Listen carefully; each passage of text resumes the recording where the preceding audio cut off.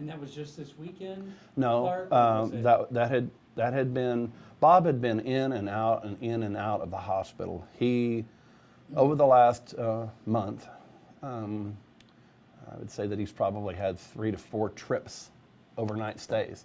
And they would get him back in and get, whatever, fluids and treatments and IVs and medicine and get him back on his feet, and then he would go back home. So this was not in his last hospital stay. This would have been about a month ago, I guess. I mean, let me think about that for you. I don't know, maybe 3 to 4 weeks, about 3 or 4 weeks ago, I'd say. About halfway through.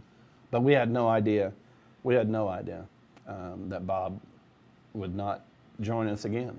I mean, You were ready for him to come back to work. we were hoping for a miracle, and in some cases there are miracles.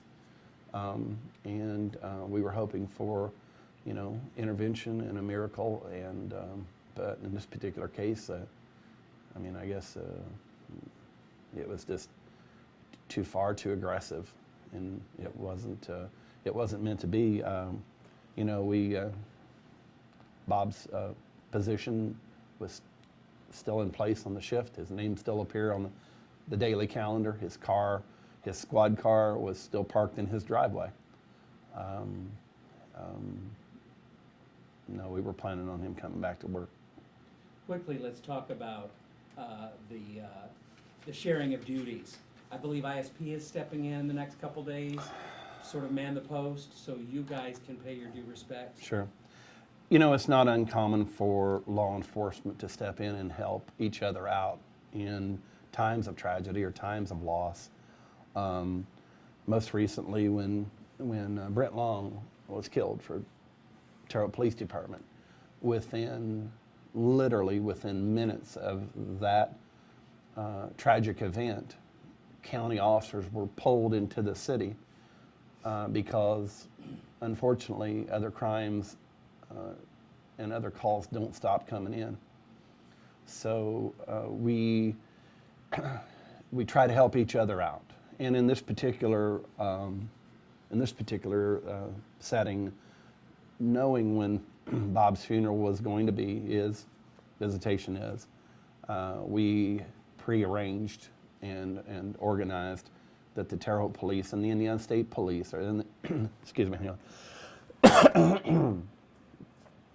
that the Terre Haute City Police and that the Indiana State Police are sharing duties and going to be providing law enforcement coverage to the county during the next 2 days, starting today and going through tomorrow at 11 o'clock. There should be no question about any less law enforcement on the road. In fact, very much similar to how we did during the Brent Long situation. Law enforcement patrol has been enhanced in this particular case. We normally have 1 officer per district, north, south, east, west. And then we always have a wild car. So we have a total of about 5 cars out at any given time. Now, other officers, certainly detectives, administrative personnel, other support staff are able to respond in the event of a big emergency or something like that. But on patrol, there's normally 5 officers on patrol. And during the next 48 hours, I know that staffing number has been doubled. And that's not because we think that something is going to occur. That is because others want to help. People want to do their part. Terre Haute Police Department, Indiana State Police Department want to do their part to help us as we pay our respect to Bob and his family. So there's never a shortage of manpower when a tragic event occurs like this, or when there's been a loss within a department. It's not uncommon at all for law enforcement agencies to back up each other and help out each other and provide services.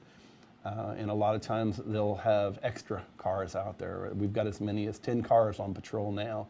And the reason that is because they want to make sure we don't have to worry about anything, make sure that the public doesn't have to worry about anything, and we can tend to, you know, our business of paying respect to our friend. Sure. Thank you, sir. Anything you want to ask, Tony? Has it sunk in yet, really? I mean, it's still kind of fresh, and I know that you're not expecting him to walk in now, but, I mean, has it really sunk in that your friend, your comrade of all those years is not gonna walk through those doors? Bob had a very memorable smile and a very memorable laugh, and you know, I guess that's what we're all waiting to hear. I don't think that we're ready to give that up.